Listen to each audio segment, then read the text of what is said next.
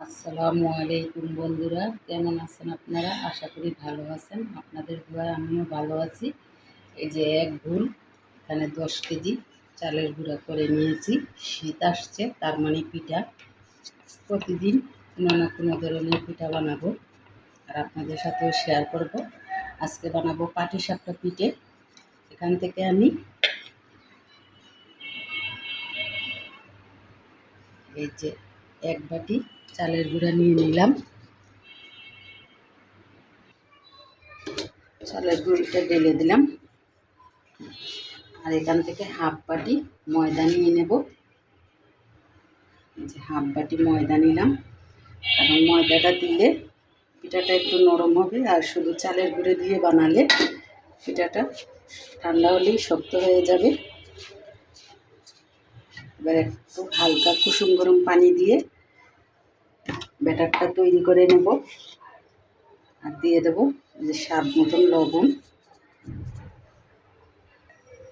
কুসুম গরম পানি দিয়ে ব্যাটারটা মাখিয়ে নেব, অল্প অল্প পানি দিয়ে ব্যাটারটা মাখাবো।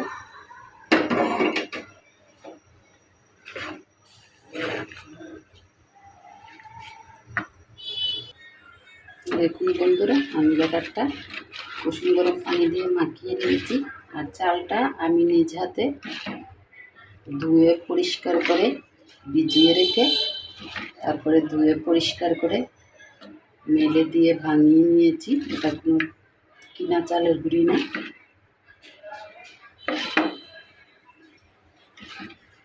দেখুন ব্যাটারটা এরকম হয়েছে।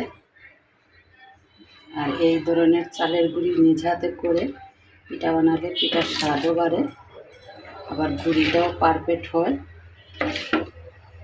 এবার আধ ঘন্টার জন্য এটা রেখে দেব।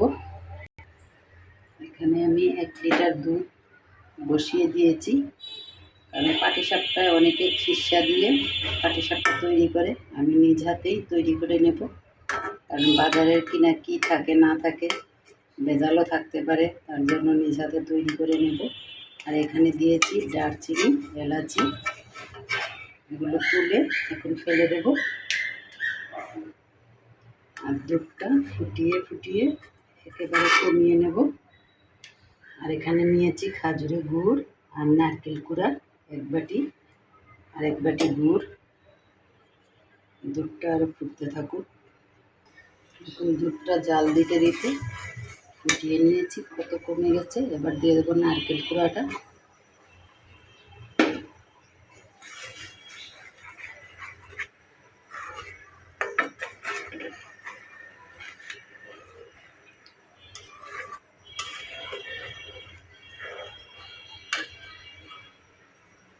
নারকেল কুড়াটা দিয়েছি, আগে অনেকক্ষণ লাগিয়ে ফুটিয়ে নেব। 3-4 মিনিটের মতন ফুটিয়ে নিয়েছি নারকেল দিয়ে। এবার দিয়ে দেবো খাজুরের গুড়। আর এখানে নিয়েছি অল্প একটু চালের গুঁড়ি, অল্প অল্প করে দিয়ে নেড়ে মিশিয়ে নেব। আপনারা চাইলে সুজিও দিতে পারেন, আমার কাছে সুজিটা নাই, তাই আমি চালের গুঁড়ি দিয়ে করছি। অল্প অল্প করে মিশিয়ে নেব চালের গুঁড়িটা। চালের গুঁড়ি আর গুড় দিয়ে মিশিয়ে নেব। দেখুন তৈরি হয়ে গেছে। এবার দিয়ে দেবো 1 চামচ ঘি। ঘিটা দিলে এটার টেস্টটা আরও বেড়ে যাবে। যে 1 চামচ ঘিটা ঘি দিলাম আমি।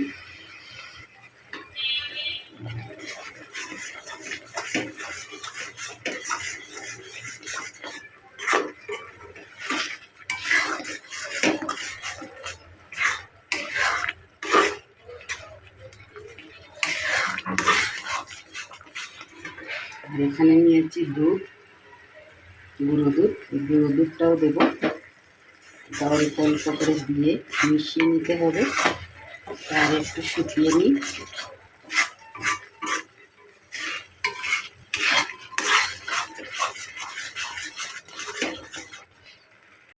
অনেকটাই শুকিয়ে নিয়েছি। এবার গুঁড়ো দুধটা দিয়ে দিলাম। এবার গুঁড়ো দুধটা মিশিয়ে নেব।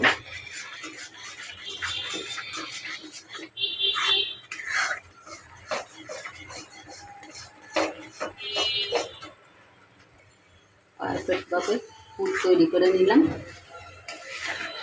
তবে পুর তৈরি করে অবশ্যই পাটিসাপটা পিঠা বানিয়ে দেখবেন। গ্যারান্টি দিয়ে বলতে পারি খিরসার চাইতেও অনেক স্বাদ আর অনেক ভালো লাগবে। আচ্ছা, এখন পুরটা তৈরি হয়ে গেছে, এবার বাকি কাজটা করে নিই। যে বন্ধুরা আরও অনেকগুলোই করে নিয়েছি, এটা 2 হাতের কাজ তো, তাই দেখাতে পারছি না।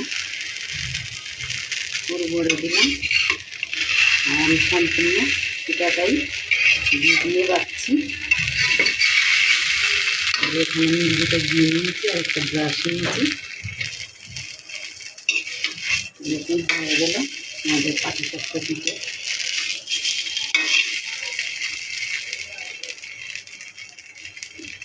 এটা তুলে নেব, তুলে আরেকটা বানিয়ে দেখাবো। তুলে নিলাম, এবার ঘি দিয়ে একটু ব্রাশ করে নেব।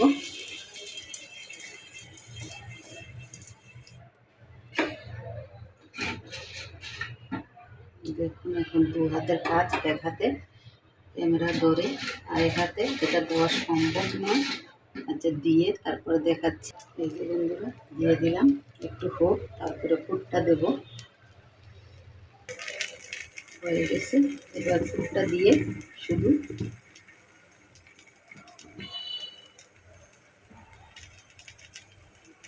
পুরটা দিয়ে দিলাম। এবার শুধু মুড়িয়ে নেব।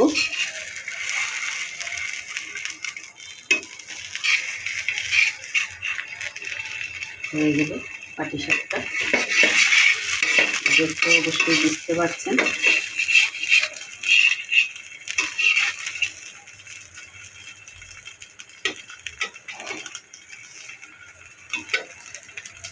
তুলে নিলাম, এবার আরেকটা দিয়ে দেব, দিয়ে দেখাচ্ছি 2 হাতের কাজ। এই যে বন্ধুরা দিয়ে দিছি, এবার হলে পুরটা দেব। পুরটা দিয়েছি, এবার মুড়ে নেব।